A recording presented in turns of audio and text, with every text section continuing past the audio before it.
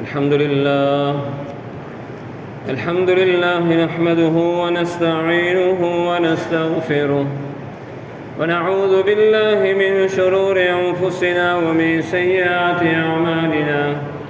من يهده الله فلا مضل له ومن يضلله فلا هادي له. أشهد أن لا إله إلا الله وحده لا شريك له، وأشهد أن سيدنا ونبينا ومولانا محمدا عبده ورسوله. اللهم صل على محمد وعلى آل محمد كما صليت على إبراهيم وعلى آل إبراهيم إنك حميد مجيد. أما بعد فيا عباد الله، أوصيكم وإياي أولا بتقوى الله. ويقول ربنا تبارك وتعالى في كلامه القديم: أعوذ بالله من الشيطان الرجيم، بسم الله الرحمن الرحيم. إنا أعطيناك الكوثر فصل لربك وانحر إن شانئك هو الأبتر. صدق الله العظيم. புகழுக்குரியவன் ஒருவன், அவனே அல்லாஹ். அவனையே போற்றுகின்றேன், புகழ்கின்றேன். அல்ஹம்துலில்லாஹ்.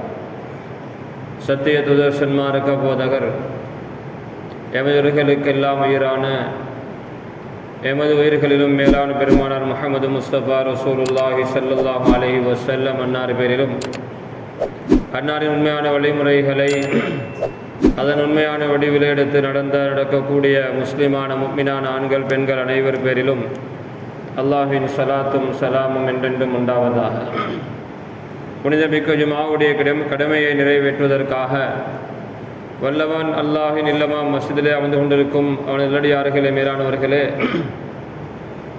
அவனுடைய கட்டளைகளை வாழ்க்கையில் முடியுமான அளவு முழுமையாக எடுத்து நடந்து கொள்ளும்படியும், அவனது விலக்கல்களில் இருந்து முழுமையாக தவிர்ந்து ஒதுங்கி நடந்து கொள்ளும்படியும் எனக்கும் அப்பால் உங்களுக்கும் வசியத் செய்து கொள்கிறேன்.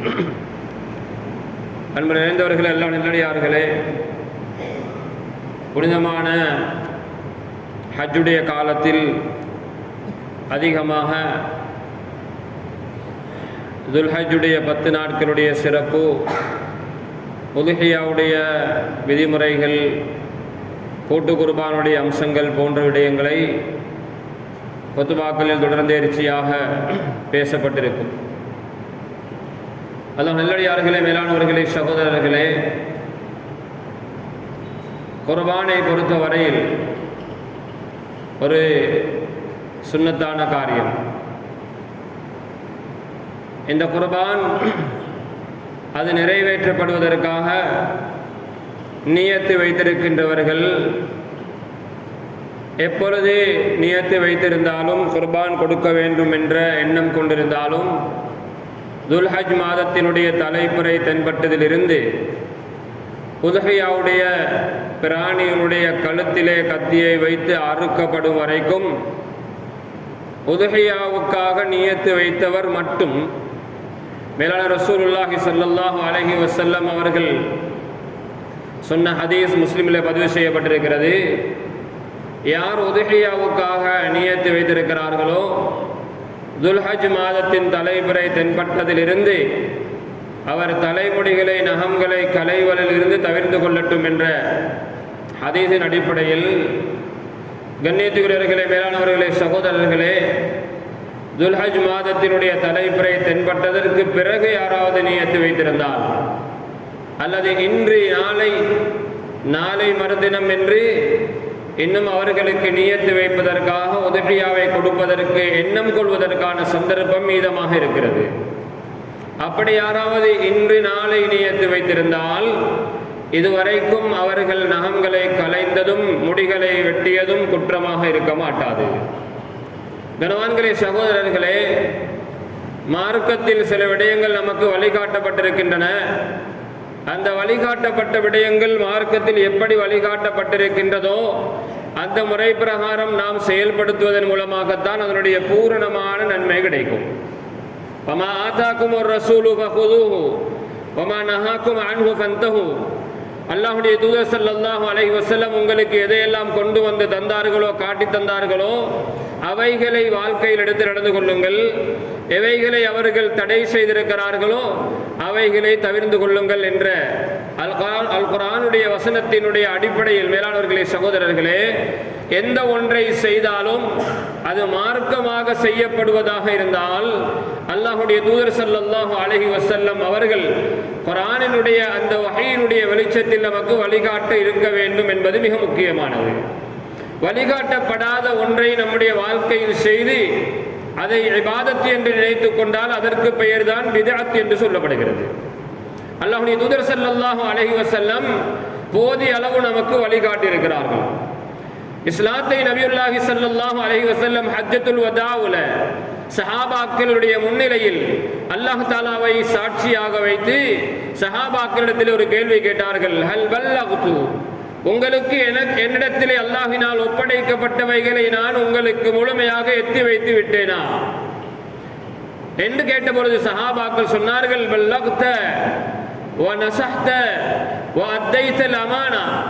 நபியே நாயகமே ஸல்லல்லாஹு அலைஹி வஸல்லம், உங்களுக்கு அல்லாஹ்வுடைய என்னென்ன கட்டளைகள் எல்லாம் வந்தனவோ அவைகளை நீங்கள் எங்களுக்கு சரியாக எத்தி வைத்து விட்டீர்கள்.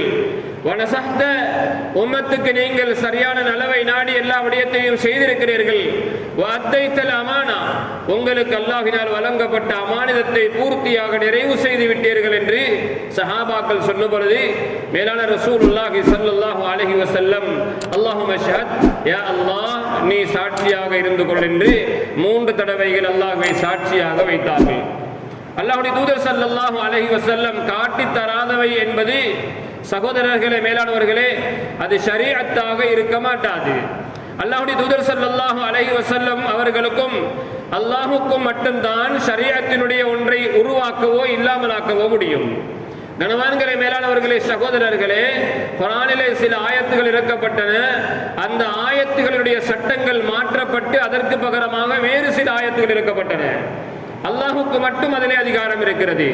மேலான ரசூலுல்லாஹி ஸல்லல்லாஹு அலைஹி வஸல்லம் சில காலங்கள் சில விடயங்களை நமக்கு சட்டமாக சொல்லி இருக்கிறார்கள். அதை இன்னும் சில காலங்களில் காலத்திற்கு ஏற்ப மாற்றி அமைத்து தந்திருக்கிறார்கள். அல்லாஹ் நல்லடியார்களே, சகோதரர்களே, மேலானவர்களே, எனவே ஒரு வணக்கத்தில் ஈடுபடும் பொழுது அந்த வணக்கம் சம்பந்தமான அதிலே எது கட்டாயம், அதில் எது சுன்னத்தாக்கப்பட்டிருக்கிறது, அதற்கு எது நிபந்தனையாக கண்டிஷனாக இருக்கிறது, அதில் எது செய்யப்படக்கூடாத தடை விதிக்கப்பட்டவையாக இருக்கின்றன. உதாரணத்திற்கு நோன்பை எடுத்துக்கொள்ளலாம்.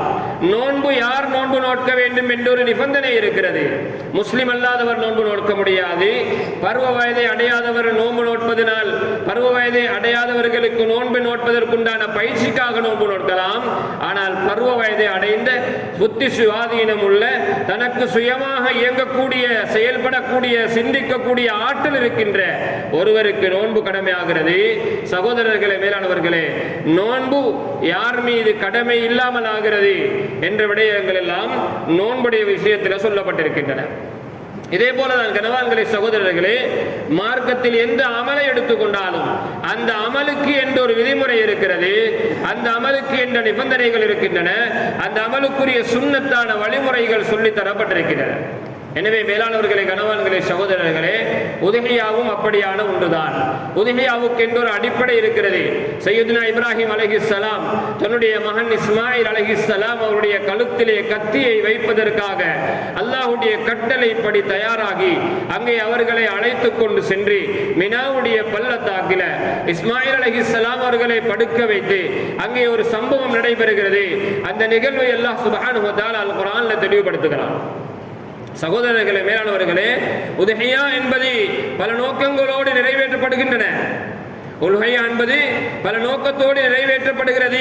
பல நியத்துகள் அங்கே மக்களுடைய உள்ளங்களில் இடம்பெறுகின்றது.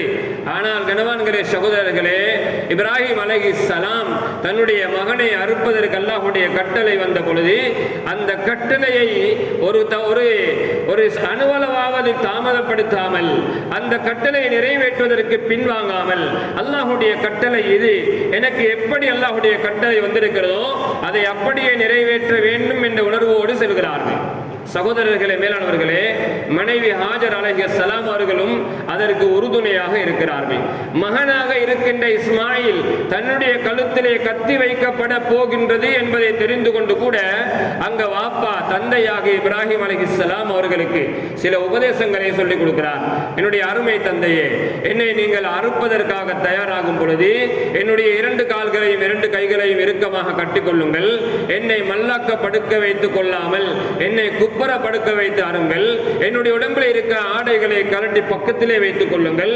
என்னுடைய தாயிடத்திலே என்னை அறுத்ததை சொன்னாலும் எப்படி என்னை அறுத்தீர்கள் என்ற அறுத்த விதத்தை சொல்லி காட்டாதீர்கள். என்னை போன்ற சிறுவர்களை கண்டால் என்னுடைய தாயுடைய கண்ணுக்கு படாதவாறு ஏற்பாடு செய்யுங்கள் என்று இஸ்மாயில் அலைஹிஸ்ஸலாம் அந்த பாலகன் இப்ராஹிம் அலைஹிஸ்ஸலாம் அவர்களுக்கு தவமிருந்து கிடைக்க பெற்ற பிள்ளை. அது பல வருடங்களாக குழந்தை இருக்கவில்லை. 86 வயதில் இஸ்மாயில் அலைஹிஸ்ஸலாம் அவர்களை அல்லாஹ் தஆலா இப்ராஹிம் அலைஹிஸ்ஸலாம் அவர்களுக்கு கொடுக்கிறான். அதற்கு பிறகு 99 வயதில் 13 வருடங்களுக்கு பின்னால் இஸ்ஹாக் அலைஹிஸ்ஸலாம் அவர்களை அடுத்த மனைவியாகிய சாரா அலைஹிஸ்ஸலாம் அவர்களுக்கு அல்லாஹ் சுப்ஹானஹு வ தஆலா இப்ராஹிம் அலைஹிஸ்ஸலாம் அவருடைய குழந்தையாக இப்ராஹிம் அலைஹிஸ்ஸலாம் அவர்களுக்கு கொடுக்கிறான். இந்த இஸ்மாயில் அலைஹிஸ்ஸலாம் ஓடியாடி விளையாடுகின்ற ஒரு பெற்ற தந்தையும் தாயும் ஒரு ஆண் குழந்தை என்றால் சகோதரர்களே, மேலானவர்களே, என்னென்ன நம்பிக்கைகளை எல்லாம் என்னென்ன மேலெண்ணங்களை எல்லாம் அந்த ஆண் குழந்தையின் மீது என்னென்ன எதிர்பார்ப்புகளை எல்லாம் வைத்திருப்பார்கள். இப்ராஹிம் அலைஹிஸ்ஸலாம் அப்படியான ஒரு ஆண் குழந்தையை பல வருடங்களுக்கு பின்னால் தவமிருந்து இறைஞ்சி அல்லாஹ்விடத்தில் கெஞ்சி கேட்டதற்கு பின்னால அல்லாஹ் ஜல்ல ஜலாலுஹு கொடுத்த அந்த ஆண் குழந்தையை அறுக்கும்படி அல்லாஹ்வுடைய கட்டளை வருகிறது. இப்ராஹிம் அலைஹிஸ்ஸலாம் அறுப்பதற்காக தயாரானார்கள். பின்வாங்கவில்லை, தயங்கவில்லை. அல்லாஹ்வுடைய கட்டளை இது. இந்த கட்டளை நான் நிறைவேற்ற வேண்டும் என்ற அந்த பூர்த்தியான ஒரு உணர்வோடு அந்த கட்டளை அல்லாஹ் தஆலாவுடைய கட்டளையை எப்படி அல்லாஹ் எனக்கு கட்டளையிட்டிருக்கிறானோ அந்த விதமாக நிறைவேற்ற வேண்டும் என்பதற்காக தயாரான இப்ராஹிம் அலைஹிஸ்ஸலாம் அவர்களுக்கு மகன் இஸ்மாயிலும் என்ன பதில் சொன்னார்? யா அபதி ஃபஅல் மா துமர் சதஜிதுனி இன்ஷாஅல்லாஹ். என்னுடைய அருமை தந்தையே, இப்ராஹிம் அலைஹிஸ்ஸலாம் மகனிடத்திலே கேட்கிறார், யா புனை, என்னுடைய அருமை மகனே, அல்லாஹ்வுடைய கட்டளை வந்திருக்கிறது. இப்ராஹிம் அலைஹிஸ்ஸலாம் அவர்களை பார்த்து இஸ்மாயில் அலைஹிஸ்ஸலாம் சொல்லும் பொழுது, அருமை தந்தையே, அல்லாஹ்வுடைய கட்டளை எப்படி உங்களுக்கு வந்திருக்கிறதோ அதே பிரகாரம் நீங்கள் நிறைவேற்றுங்கள், நான் பொறுமையாக இருப்பேன் என்று சொல்லி இஸ்மாயில் அலைஹிஸ்ஸலாம் அல்லாஹ்வுடைய கட்டளை நிறைவேற்றுவதற்கு தன்னுடைய தந்தைக்கு உதவியாக இருக்கிறார்கள். எதற்காக? தன்னுடைய கழுத்திலே கத்தியை வைப்பதற்காக. சகோதரர்களே, மேலானவர்களே, இப்னு அப்பாஸ் ரலியல்லாஹு அன்ஹுமா சொல்கிறார்கள், அன்று இப்ராஹிம் அலைஹிஸ்ஸலாம் இஸ்மாயில் அலைஹிஸ்ஸலாம் அவருடைய கழுத்தில அந்த பாலகன் இஸ்மாயிலுடைய கழுத்தில கத்தியை வைத்த பொழுது அல்லாஹ்வுடைய கட்டளை பிரகாரம் அறுத்திருந்தார். கியாமத்துடைய நாள் வரைக்கும் இந்த உலகத்திற்கு வரக்கூடிய ஒவ்வொரு தந்தையும் தன்னுடைய மூத்த மகனை அல்லாஹ்வுடைய பாதையில் அறுத்து பலியிட வேண்டும் என்ற கட்டளை வந்திருக்கும் என்று சொல்கிறார்கள் இப்னு அப்பாஸ் ரலியல்லாஹு அன்ஹுமா. சகோதரர்களே, மேலானவர்களே, அல்லாஹ் ஜல்ல ஜலாலுஹு அல்லாஹ்வுடைய கட்டளை நிறைவேற்றப்படுகிறதா? அல்லாஹ்வுடைய கட்டளைக்கு முக்கியத்துவம் கொடுக்கப்படுகிறதா? அல்லாஹ்வுடைய கட்டளைக்கு முன்னுரிமை வழங்கப்படுகிறதா என்பதை பரிசீலனை செய்வதற்காக இப்ராஹிம் அலைஹிஸ்ஸலாம் அவர்களை பல விடயங்களை கொண்டு சோதித்து இந்த விடயத்திலும் இப்ராஹிம் அலைஹிஸ்ஸலாம் வெற்றி பெற்றார்கள், அல்லாஹ்வுடைய கட்டளைகளை பூர்த்தி செய்தார்கள் என்று அல்லாஹ் ஜல்ல ஜலாலுஹு அல் குர்ஆன்ல சிலாகித்து இப்ராஹிம் அலைஹிஸ்ஸலாம் அவர்களை பாராட்டி பேசுகிறார். சகோதரர்களே, மேலானவர்களே, நேரம் சுருக்கமாக இருக்கிறது. என்ன சொல்ல வருகிறேன் என்றால், ஒவ்வொரு உதஹியாவுக்காக வேண்டி நியத்து வைக்கக்கூடிய ஒவ்வொருவருடைய உள்ளத்திலையும் இந்த சம்பவம் ஆழ பதிந்திருக்க வேண்டும். இந்த நிகழ்வின் பின்னணியாகத்தான் இந்த உதஹியாவுடைய கடமையை நான் இன்று நிறைவேற்றுகிறேன், இந்த வணக்கத்தை நான் செய்கிறேன் என்ற அந்த உணர்வோடு செய்யப்பட வேண்டுமே தவிர அங்க பேரும் புகழும் என்ற அல்லது வேறு ஏதாவது சகோதரர்களே, மேலானவர்களே, நோக்கங்கள் உள் மனதிலே அடிமனதிலே ஏற்படாமல் அல்லாஹுக்காக என்ற அந்த உணர்வோடு இந்த உதஹியாவுடைய வணக்கத்தை நிறைவேற்ற வேண்டும் என்பதற்காகத்தான் இந்த சம்பவம் இங்கே ஞாபகப்படுத்தப்படுகிறது. கணவான்களே, சகோதரர்களே, மேலானவர்களே, ஆகவே அந்த வகையில சையதுனா இப்ராஹிம் அலைஹிஸ்ஸலாம் நிறைவேற்ற போன அந்த தன்னுடைய மகனை அறுப்பதற்கு பதிலாக அல்லாஹ் ஜல்ல ஜலாலுஹு சுவர்க்கத்தில் இருந்து ஒரு ஆட்டை இறக்கி கொடுத்தான். அதை அவர்கள் அறுத்தார்கள் என்றுதான் வரலாற்றிலே பதியப்பட்டிருக்கிறது. அல்லாஹ்வுடைய நல்லடியார்களே, மேலானவர்களே, சகோதரர்களே, எனவே இந்த உதஹியாவுடைய விடயத்தில் அதாவது தெரிந்திருக்க வேண்டிய மிக முக்கியமான விடயங்கள்ல ஒன்றுதான் உதஹியாவுக்கு நியத்து வைத்தவர் அவர் நகங்களை முடிகளை களையாமல் இருப்பது சம்பந்தமாக. சகோதரர்களே மேலானவர்களே, ஒரு சர்ச்சை அது வலம் வந்து கொண்டிருக்கிறது. எல்லோருடைய மனதிலும் அதிகமான பேருடைய உள்ளத்தில் இந்த கேள்வி எழும்பிக் கொண்டிருக்கிறது, உதஹியாவுடைய நியத்து வைத்தவர் மட்டும்தானா நகங்களை முடிகளை களையாமல் இருக்க வேண்டும், அல்லது அவருடைய குடும்பத்தில் இருக்கிற அனைவரும் நகமுடிகளை களையாமல் இருக்க வேண்டுமா? சகோதரர்களே மேலானவர்களே, ரசூலுல்லாஹி ஸல்லல்லாஹு அலைஹி வஸல்லம் சொன்ன அந்த ஹதீஸிலே தெளிவாக வந்திருக்கிறது. ரசூலுல்லாஹி ஸல்லல்லாஹு அலைஹி வஸல்லம் சொல்கிறார்கள், யார் உதஹியாவுக்காக நியத்து வைக்கிறார்களோ துல்ஹஜ் மாதத்தினுடைய தலைப்பிறை தென்பட்டதில் இருந்து அவர் தன்னுடைய நகங்களை முடிகளை கலமையாமல் இருக்க வேண்டும் என்ற அந்த ஹதீஸினுடைய தெளிவான கருத்தோடு இமாம்களுடைய தீர்ப்பும் வழங்கப்பட்டிருக்கிறது.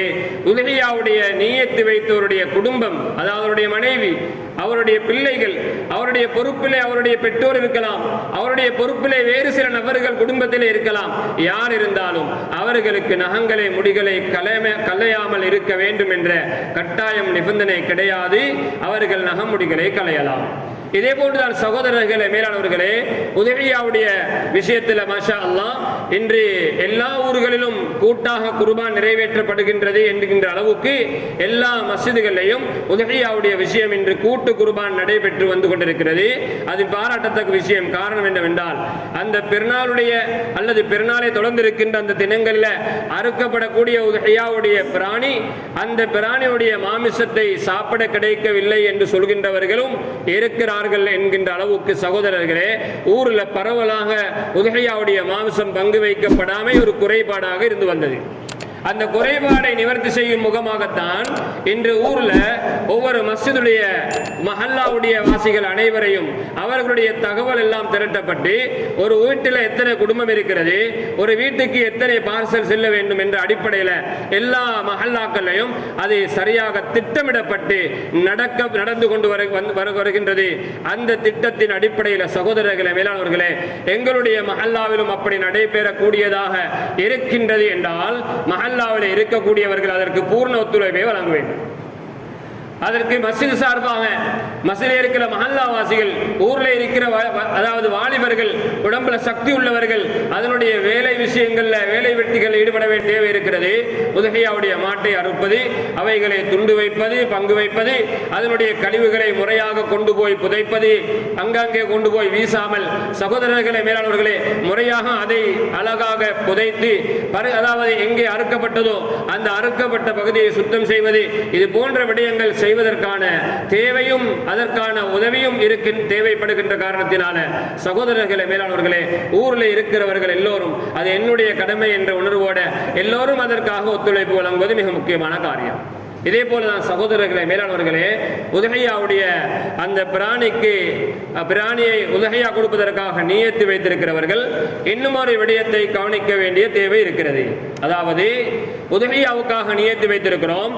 சுமாராக சகோதரர்களே மேலானவர்களே, ஒரு மாட்டை பொறுத்தவரையில ஆட்டை பொறுத்தவரையில 2 வருடங்கள் பூர்த்தியாக இருக்க வேண்டும். சிலர் கேட்கிறார்கள், 1 வருடம் 8 மாசமும் 1 வருடமும் 6 மாசமும் இருந்தால் சகோதரர்களே மேலானவர்களே, 2 வருடம் பூர்த்தியாகி 3வது வருடத்தில் நுழைந்திருக்க வேண்டும் என்று சொல்லப்படுவது 2 வருடத்தினுடைய பரிபூர்ணத்தன்மையை குறிப்பதாகும். எனவே ஒரு பிராணி 2 வருடம் பூர்த்தியாக இருக்க வேண்டும். 2 வருடத்தை விட குறைந்த பிராணி ஒன்று இருக்கிறது. வேறு பிராணி, வேறு மாடு ஆடு வாங்குவதற்கு அந்த பகுதியிலே கிடையாது.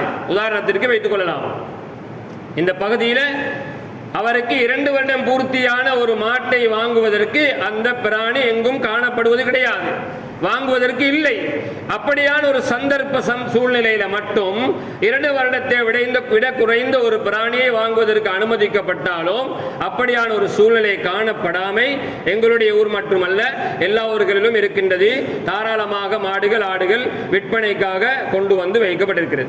சகோதரர்களே மேலானவர்களே, யார் மாடுகளை விற்கின்றீர்களோ அவர்கள் அல்லாஹ்வை பயந்து கொள்ள வேண்டும். 2 வருடத்தை விட குறைந்த பிராணியை நன்றாக தெரிந்தவராக இவர் 2 வருடம் பூர்த்தியாகியது என்று சொன்னால் அவர் அந்த உதஹியாவுடைய கடமை பூர்த்தியாக நிறைவேற்றப்படுவதற்கு பகரமாக அதில் குறைபாடு உண்டாவதற்கு காரணியாக இருந்தார் என்பதனால அவர் அந்த குற்றத்திற்கு ஆளாக வேண்டி வரும்.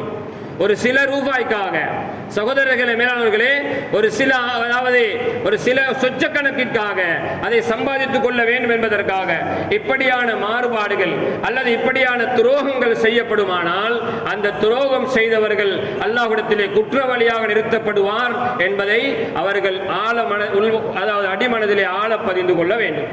அப்படியான குற்றங்களை செய்ய வேண்டாம். சகோதரர்களே மேலானவர்களே, இதே போல பிராணியை அறுக்கின்றது விடயமாக அறுப்பதற்கு அனுபவம் உள்ள, அதாவது நபியுல்லாஹி ஸல்லல்லாஹு அலைஹி வஸல்லம் ஃபாத்திமா ரலியல்லாஹு அன்ஹா அவர்களை பார்த்து சொன்னார்கள், யா ஃபாத்திமா கூமி இலா உதுஹியத்திகி, நீங்க உங்களோட உதுஹியா பிராணி அறுக்கப்படுற இடத்துக்கு போங்க, உங்களுடைய கண்களால் அதை பார்வையிடுங்கள் என்று சொன்னது போல, சகோதரர்களே, உதுஹியாவுடைய பிராணியை அறுக்கின்றவருக்கு தைரியம் இருந்தால், அறுப்பதற்கான சம்பூர்ணமான அறிவும் அதற்கான திறமையும் இருந்தால் அவராகவே அந்த பிராணியை அறுப்பது மிகச் சிறந்தது. அப்படி இல்லை என்றிருந்தால் நல்ல பேணுதலான நல்ல பக்குவமான ஒருவரை அறுப்பதற்கு அவர் அதாவது சாட்டுவது, அதற்கு பொறுப்பு சாட்டுவது அவருக்கு சிறந்ததாகும். அப்படி இல்லை என்ற பட்சத்தில் தான் அறுப்பதற்காக என்று ஊர்களில் இருப்பார்கள், அவர்களுக்கு அந்த கடமையை சாட்டப்பட்டு அந்த கடமையை நிறைவேற்றலாம், அறுப்பு பணியை செய்யலாம். சகோதரர்களே மேலானவர்களே, அறுக்கின்ற பொழுது அறுக்கின்ற ஒரு உதுஹியாவுடைய பிராணியுடைய சொந்தக்காரர் அங்கே பார்வையிட வேண்டும். அறுக்கும் பொழுது அந்த 2 நாளங்கள், அதாவது மாட்டினுடைய ஆட்டினுடைய கழுத்திலே இருக்கின்ற 2 விதமான நாளங்கள் அறுபடப்பட்டால் மட்டும்தான் அது பூர்த்தியாக அறுக்கப்பட்டு சரியான முறையில் அறுப்பு நடைபெறும். சில இடங்களில் சகோதரர்களே மேலானவர்களே, ஆடுகளும் மாடுகளும் அறுக்கப்பட்டு அந்த ஆடு மாடு எலும்பி நின்ற வரலாறு இருக்கிறது. சரியாக அறுபடல்ல, அது எழுந்து நின்றது. சில மாடுகள் ஓடியது, சில இடங்களில் ஆடுகள் ஓட்டம் எடுத்தது, அறுபடவில்லை சரியான முறையில். இப்பொழுது ஷரீஅத் என்ன சொல்கிறது என்றால், அந்த பிராணியை திரும்ப உடனடியாக அறுக்க முடியாது. திரும்ப உடனடியாக அறுத்தால் அது செத்த பிராணிக்கு சமன், அதனுடைய மாமிசத்தை சாப்பிட முடியாது. அதனுடைய மாமிசம் சுத்தமானதல்ல, சுத்தமானது நஜீஸ். எனவே அந்த பிராணி உடனடியாக அறுக்காமல் அந்த பிராணியை விட்டு பார்க்க வேண்டும்.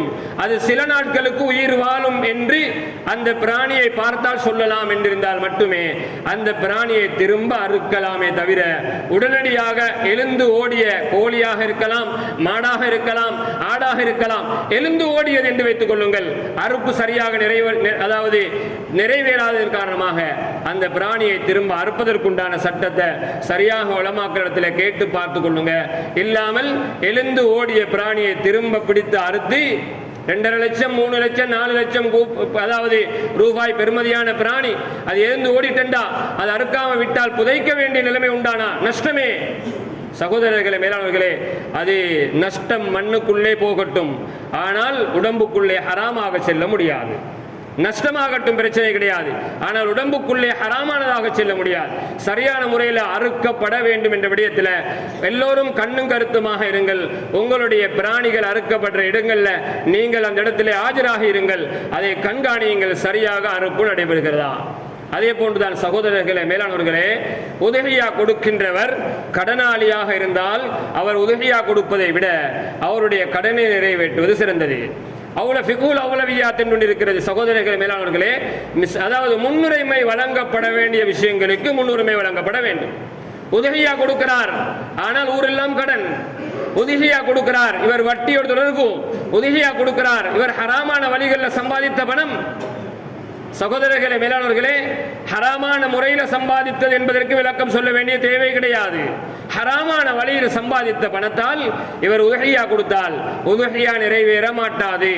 அந்த ஹராமான பணத்தில் கொடுக்கப்பட்டதுதான் என்று உறுதியாக இருந்தால் அதை சாப்பிடுவதும் மக்களுக்கு கூடாது.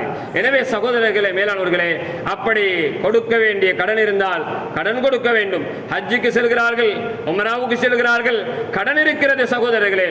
கடன் பட்டு கொண்டு ஹஜ் செல்ல முடியாது, கடன் எடுத்துக்கொண்டு ஹஜ்ஜுக்கு செல்லவும் முடியாது, கடனை வைத்துவிட்டு ஹஜ்ஜுக்கு செல்லவும் முடியாது.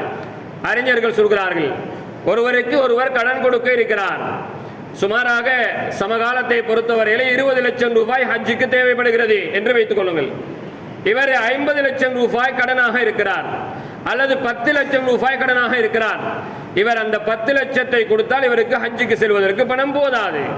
சகோதரர்களே மேலானவர்களே, அறிஞர்கள் சொல்கிறார்கள், கடன் கொடுத்தவர் யாருக்கு இவர் கடன் கொடுக்க இருக்கிறாரோ இவர் அதாவது அவர் இவருக்கு மன்னிப்பு கொடுத்தால், நீங்கள் இன்ஷா அல்லாஹ் ஹஜ் செய்துவிட்டு வந்து என்னுடைய கடனை திருப்பி தாருங்கள் என்று சொன்னாலும் இவருடைய பொறுப்பிலே கடன் என்று ஒன்று இருக்கிறது என்பதனால இவருக்கு ஹஜ்ஜுக்கு செல்வதற்கு தடை விதிக்கப்பட்டிருக்கிறது என்பதை தான் அறிஞர்கள் சொல்கிறார்கள்.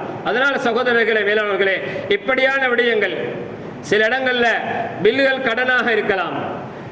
சில சகோதர வேளாளர்களே, சரி பெரிய வியாபாரிகள் என்றால் அவர்கள் மின்சார கட்டணங்கள், தண்ணீர் கட்டணங்கள் போன்ற பெரும் பெரும் கட்டணங்களை செலுத்துவதற்கு இவர் கடனாளியாக இருக்கிறார். அவைகளை எல்லாம் பூர்த்தியாக செலுத்தியதற்கு பிறகு அவருடைய குடும்பத்துக்கு தேவையான செலவு போக மேல் மிச்சமான பணத்தை தான் மன் வஜத சாதன் லியுதஹிய என்று சொல்லப்பட்டிருக்கிறது. பெருநாளுடைய தினத்தில் அல்லது அதற்கு அடுத்த 3 நாட்கள்ல உதஹியா கொடுப்பதற்கு மேலதிகமான வசதி யாருக்கு இருக்கிறதோ அவர் மட்டும்தான் உதஹியா கொடுக்க வேண்டும் என்று சொல்லப்பட்டிருக்கிறது. எனவே சகோதரர்களே, இவர் கொடுக்க வேண்டிய கடன், இவர் கட்ட வேண்டிய பில்கள், இவர் கொடுக்க வேண்டிய அரியஸ் பணங்கள், பாடசாலைகளுக்கு செலுத்த வேண்டிய அதே போல கட்டணங்கள், மஸ்ஜிதுக்கு செலுத்த வேண்டிய இது போன்ற சகோதரர்களே, இவர் கடையை கூலிக்கு செய்தால் கூலி கடைக்கு கொடுக்க வேண்டிய அந்த கூலிக்கிரயம் இவைகளை எல்லாம் செலுத்தியதற்கு பிறகு இவருக்கு உதஹியா கொடுப்பதற்கு பணம் எஞ்சி இருந்தால் மட்டும்தான் உதஹியா கொடுக்கலாம் என்ற விடயத்தை கருத்திலே கொள்ளுங்கள் இன்ஷா அல்லாஹ். சகோதரர்களே, மேலானவர்களே, எங்களோட அமல்களை நாங்கள் நாசமாக்கி கொள்ளாம, எங்களோட அமல்களை வீணாக்கி கொள்ளாம, நாங்கள் செய்யக்கூடிய அமல்களை மார்க்கத்தில் எப்படி வழிகாட்டப்பட்டிருக்கிறதோ அந்த முறை பிரகாரம் அழகான முறையில் செய்தால் மட்டும்தான் எங்களுடைய இபாதத்திற்கு உண்டான பூர்த்தியான கூலி கிடைக்கும். அடுத்தவர்களுக்கு சகோதரர்களே, மேலானவர்களே, அநியாயம் செய்து கொண்டு அடுத்தவருடைய உரிமைகளை பறித்துக் கொண்டு அடுத்தவர்களுக்கு நாங்கள் இடையூறு செய்து கொண்டு நாம் ஒரு இபாதத்தை செய்தால் அது ஏற்றுக்கொள்ளப்பட மாட்டாது. உதாரணத்திற்கு சொல்லலாம், ஹஜர் அஸ்வத் கல்லை பொறுத்தவரையில நபி அலைஹிஸ்ஸலாம் ஹஜர் அஸ்வத் கல்லை முத்தமிட்டிருக்கிறார்கள். ஆனால் அந்த ஹஜர் அஸ்வத் கல்லை சன நெருக்கத்தின் காரணமாக முத்தமிட முடியாது. சனங்களுக்கு மத்தியிலே போய் தன்னை அதாவது கஷ்டத்துக்குள்ளே ஆக்கிக் கொள்வதை விட, அடுத்தவர்களுக்கு கஷ்டம் கொடுப்பதை விட ஹஜர் அஸ்வதின் பக்கம் தன்னுடைய கைகளை காட்டி அந்த முறை பிரகாரம் இஸ்திலாம் செய்து கொள்வதென்ற அந்த முறையையும் நபி அலைஹிஸ்ஸலாம் நமக்கு காட்டி தந்திருக்கிறார்கள். எனவே சகோதரர்களே, எந்த ஒரு இபாதத்தாக இருந்தாலும் அந்த வணக்கத்தை, அந்த இபாதத்தை செய்யும் பொழுது அடுத்தவர்களுக்கு இடையூறு இல்லாத முறையில், அடுத்தவர்களுக்கு அதன் மூலமாக இடைஞ்சல் இல்லாத முறையில் எங்களுடைய வணக்கங்கள் அமைய வேண்டும் என்பது மிக முக்கியமான விடயம். எனவே சகோதரர்களே, மேலானவர்களே, உதஹியாவுடைய தினத்தில், அதாவது பெருநாளுடைய தினத்தில் உதஹியாவுடைய கடமையை நிறைவேற்றுகின்ற பொழுது சட்ட ரீதியான விடயங்களை எல்லாம் செய்து கொள்ளுங்கள். சட்டவிரோதமான முறையில் எங்கும் செய்ய வேண்டாம். எங்களுக்குள்ளே இருக்கிறார்கள், எங்களே போட்டு கொடுத்தாலும் இல்லாவிட்டாலும் பிரச்சனை கிடையாது. சட்டப்படி செய்தால் அதை விட அதனால் எந்த பிரச்சனையும் வராது. சமூகத்திற்கு எந்த நெருக்கடியும் உண்டாக மாட்டாது. நாமே சில விடயங்களை செய்ததுனால நமக்கே அது நெருக்கடியாக மாறிக்கொண்டிருக்கிறது. அதனால அந்த விடயங்களை சட்டப்படி செய்து கொள்ள முயற்சி செய்யுங்கள். அதே போல சகோதரர்களே, கழிவுப் பொருட்களை அகற்றுவது விடயமாக மிக ஜாக்கிரதையாக கவனமாக நடந்து கொள்ளுங்கள். கடல்ல, ஆறுகள்ல, குளங்கள்ல, தண்ணீர் தேங்கி இருக்கக்கூடிய இடங்கள்ல, பால் பூமிகள்ல, அடுத்தவருடைய காணி பூமிகள்ல கொண்டு போய் அதனுடைய கழிவுப் பொருட்களை கொட்டுவதிலிருந்து முழுமையாக தவிர்த்து கொள்ளுங்கள். அதற்காக ஒரு குழியை தோண்டி அது முழுமையாக புதைக்கப்பட வேண்டும் என்ற விடயத்தில் எல்லோரும் கவனமாக இருந்து கொள்ளுங்கள். அல்லாஹ் சுப்ஹானஹு வ தஆலா இந்த உதஹியாவுடைய வணக்கத்தை பெருநாளுடைய தினத்தில் முறையாக நிறைவேற்றிக் கொள்வதற்காக எங்கள் அனைவருக்கும் உதவி செய்வானாக.